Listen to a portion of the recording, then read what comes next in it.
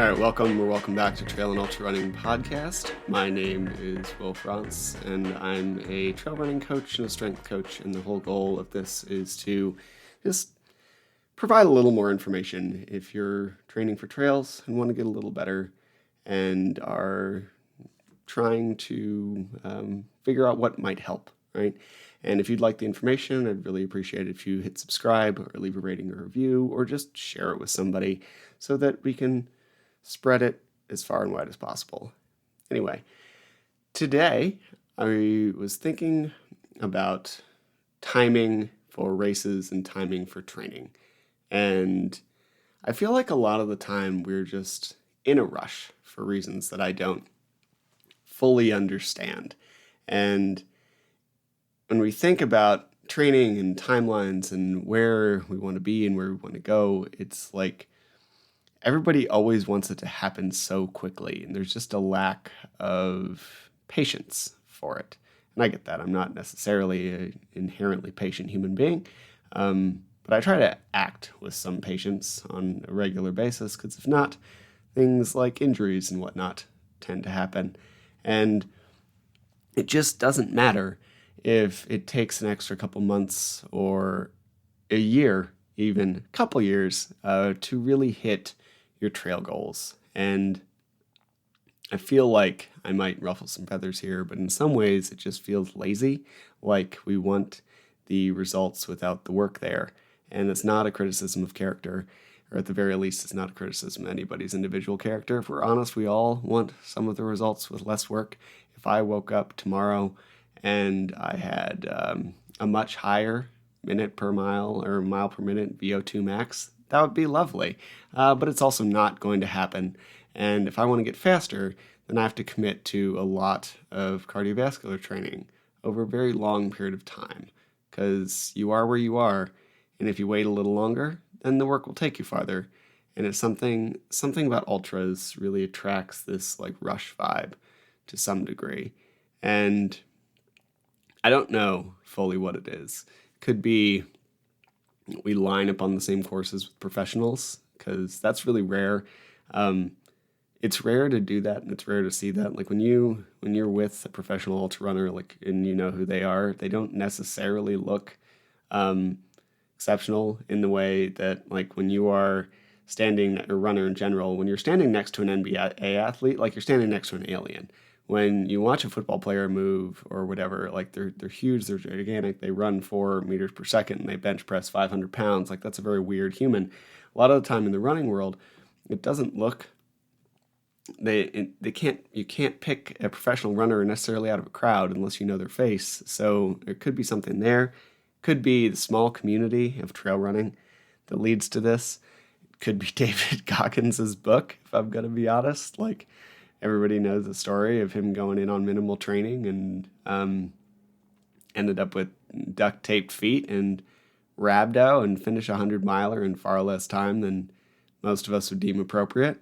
But we also overlook that he was a SEAL before that. It's not like he just never ran before. So it's really not a story of 0 to 100 miles or whatever, although that's often how we take it. It could also be the knowledge that most ultras are really very finishable. Like, this is something Coop points out in his book. But if we look at a lot of 100-milers with their 32-minute or 32-hour finishing time or whatever, it's right around like 19-20 minute per mile pace. And I mean, it's like 19 minutes per mile. And some have an even longer time scale that would allow you to finish. And at that point, it's not necessarily fitness. It's more of a lack of sleep, durability, and relentlessness. So it might just be that we kind of do the math and we know that, or we feel like, well, I've walked 3 minutes a mile for however long and never been tired, so I can probably do this for a long time.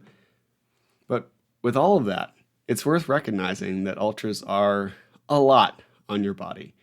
100 miles is far, in spite of what Carl Meltzer says. It is difficult to train for these in a way that is probably going to help you cross a finish line happy. And moving for 100 miles straight is just a lot to ask of your body and your feet and your torso and whatever. And yet we often treat it really flippantly. This isn't as common in other sports, even in like a lot of rec sports. Like if we look at, I coach a lot of people who play a lot of different sports or activities or whatever you want to call them at the tennis club, and I do their strengths work for them. And I've never had one of my golfers say something like, I think I can make it on the tour next year. And it's a lot of that's the same thing, that's the same level of craziness I hear when someone's like, I'm not really running, but I think I'm going to go for this 100-miler in like 3 or 4 months. It's nuts. And it's not even necessarily running as a whole. It really does seem to be like a trail and ultra thing more so. Like I know a lot of road runners who put in a full year's work to drop a couple minutes off a marathon time. And yet in the trail world, it's not an uncommon thing for me to get a message why someone would want to take more than a few months to build to a 100-miler. And there's a lot of people out there pushing a message of responsibility. So it's not like it's not like it's an insane thing I'm saying here. This is fairly accepted, but it's more prevalent than we may want to admit or than it should be that we just push this goal really, really quickly. And in order to get to any of these big goals, like you're just going to have to create a lot of change in fitness, maybe a lot of change in mental state, kind of depends where you are. And that we should recognize that the change is going to be hard. And we all know that, but I think in the middle of it, we can forget what hard means. And hard means different things for different people. Like, yes, hard is going to be that last lap of intervals when it sucks. But hard is also going to be like remembering to eat food after your run. It is also going to be putting down the phone and getting in bed earlier. It is also going to be sitting down for a few minutes and actually making a hydration plan rather than just winging it as you decide to run across the desert. Hard could be doing the mobility and stretching stuff that we're all really bad at. But success requires change, and change is hard. And for a lot of people, I feel like we don't really understand what the change is going to require, or we might not actually want it. Like I have a lot of conversations where it's not just in this world, this is across the board for all of my jobs, but the other person doesn't necessarily want to hear like what change needs to be made in order to hit their goal. What they want to hear is, oh, what you're doing is great. You're just missing this one piece of magic that will like fix everything. And that is so rare. We might as well just not assume that's going to be the case, right? Like we're usually not seeing the results we want because we're not doing the stuff we need to do to get them. And it turns out that the right stuff can often be tedious and time consuming. So if we give ourselves a longer timeline, then we can provide a much greater chance of success because we have a lot more time to do that tedious and time-consuming work.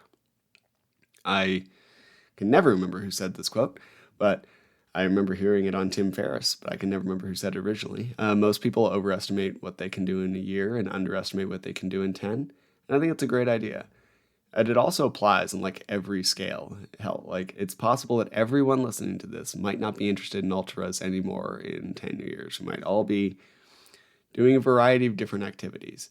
But we could also say that like people overestimate what they do in 3 months, but underestimate what they can do in 15. In other words, that like 100-miler that you're looking at 3 months down the line, maybe look at it next year. And by then, you'll probably be ready if you really train for it. Like commit a good amount of your headspace for the next 15 months to running a race. And I almost promise you'll kill it. Like you'll do really well. And you'll be shocked with how well you do if you actually follow through on dedicating a good amount of your mental and physical focus to something for 15 months. Like I coached a guy at the gym. And he worked with me for a while. Now he still comes in and we chat training all the time because he's fun to talk to because he actually cares about it. And when we started, we had this like long approach chat where he wanted to make some changes. And I was like, look, man, you've never been in a gym, so it's going to take a while. And like his squat was terrible, couldn't deadlift. Benching caused nothing but pain in his shoulder. He had shoulder issues. Like he's a climber, he's a strong dude, but he'd like never done gym things. And it took probably like 3 or 4, maybe even 5 months to really like find all of the patterns for all that stuff in a way that feels well. Now it's been probably about 15 months and he squats, deadlifts, bench presses well over his body weight on all of those big lifts, moves really well, is really strong, no more pain, climbing really well. Like it's just been a little over a year. And the first many months were incredibly slow. But he took the long approach and dedicated that time early to like really building good stuff. And it just led to this like exponential arc of progress. And I think that's really common, where if we just take this long approach, it allows us to set this foundation that allows us to see these, like, get the flywheel going and see this exponential arc down the line. And for the record, if you're happy where you are, then that's also great. Like, I never feel the need to be this, like, agent of change for other people. In fact, I don't want to, because, like, I haven't figured out life enough to pretend like I have any idea how to tell anybody else how to live theirs. But I do know that if you're not happy with where you are, then something probably needs to change. And if we take a slightly longer time horizon, then you'll have a much greater chance of success. Anyway, hope that was helpful. Hope you have a great rest of your day. Go have fun on the trails, and I'll be back soon with another one. Thank you again for listening to the Trail and Ultra Running Training Podcast. I can't tell you how much I appreciate it. Just a reminder, nothing you hear on this podcast is medical advice, and you should always speak with a medical professional before making changes to your training or your nutrition. If you enjoyed the podcast or found it helpful, please leave a rating or review. It tells the algorithm robots that people like it, and that means more people will hear it. Or even better, just share it with someone who you think would benefit. If you prefer a video version, head to the Trail and Ultra Running Training Group on Facebook, or check out the Mountain Goat Endurance Coaching YouTube channel. Thank you again, and I hope you have a great next run.